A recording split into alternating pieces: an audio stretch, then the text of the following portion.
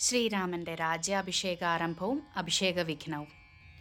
വൃദ്ധനായി വന്നേതു ഞാനുമൊട്ടാകയാൽ പുത്രരിൽ ജ്യേഷ്ഠനാം രാമകുമാരനെ പൃഥ്വീ പരിപാലനാർത്ഥം അഭിഷേകം എത്രയും വൈകാതെ ചെയ്യണമെന്നു ഞാൻ കൽപ്പിച്ചതിപ്പോഴതെങ്ങനെയെങ്കിലതുൾപൂവിലോർത്തു നിയോഗിക്കയും വേണം. എല്ലാം വസിഷ്ഠനരുളി ചെയ്യുന്ന വണ്ണം കല്യാണം ഉൾക്കൊണ്ടൊരുക്കിക്കൊടുക്ക നീ. നാളെ വേണം അഭിഷേകമിളമയായി നാളീക നേത്രനാം രാമനു നിർണയം. രാജാ ദശരഥൻ ചൊന്നതു കാരണം രാജീവനേത്ര വന്നേനിവിടേക്കു ഞാൻ. ഉണ്ടഭിഷേകം അടുത്ത നാളെന്നതു കണ്ടു ചൊൽവാനുഴറി വന്നേനഹം.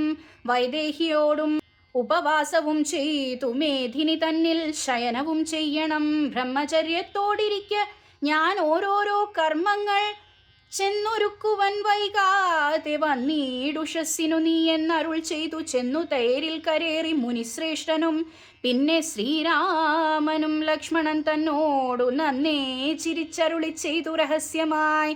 താതൻ എനിക്ക് അഭിഷേകമിളമയായി മോദേന ചെയ്യും അടുത്ത നാൾ നിർണയം. എങ്കിലോ രാജാ ദശരഥനാദരാൽ പങ്കജനേത്രാഭ്യുദയം നിമിത്തമായി മന്ത്രി പ്രതിഭകളോടും പറഞ്ഞുകൊണ്ട് അന്തഃപുരമകം പുക്കരുളിയിടിനാൻ. അന്നേരം ആത്മപ്രിയതമയാകിയ തന്നെ പത്നിയെ കാണായിക കാരണം എത്രയും വിഹ്വലനായൊരു ഭൂപനും ചെന്നരികത്തിരുന്നു സസംഭ്രമം മന്ദം മന്ദം തലോടി പ്രിയേ സുന്ദരി ചൊല്ലു ചൊല്ലെന്തീതു വല്ലഭേ മാനിനി ഖേദിപ്പതിനെന്തു കാരണം.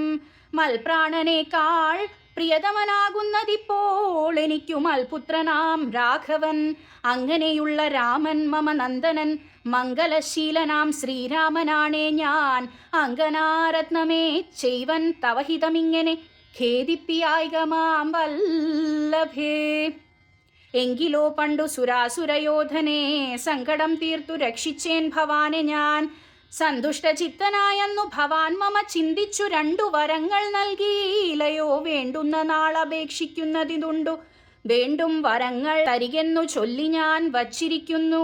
ഭവാങ്കലതു 2 ഇച്ഛയുണ്ടിന്നു വാങ്ങിയിടുവാൻ ഭൂപതേ. എന്നാൽ അതിലൊന്നു രാജ്യാഭിഷേകം ഭവാനിന്നു ഭരതനു ചെയ്യണമെന്നതും പിന്നെ മറ്റേതു രാമൻ വനവാസത്തിനിന്നു തന്നെ ഗമിക്കണമെന്നുള്ളതും. ഭൂപതി വീരൻ ജടാവൽക്കലം പൂണ്ടു താപസവേഷം ധരിച്ചു വനാന്തരെ കാലം 14 സംവത്സരം വാഴണം. മൂലഫലവും ഭുജിച്ചു മഹീപതേ.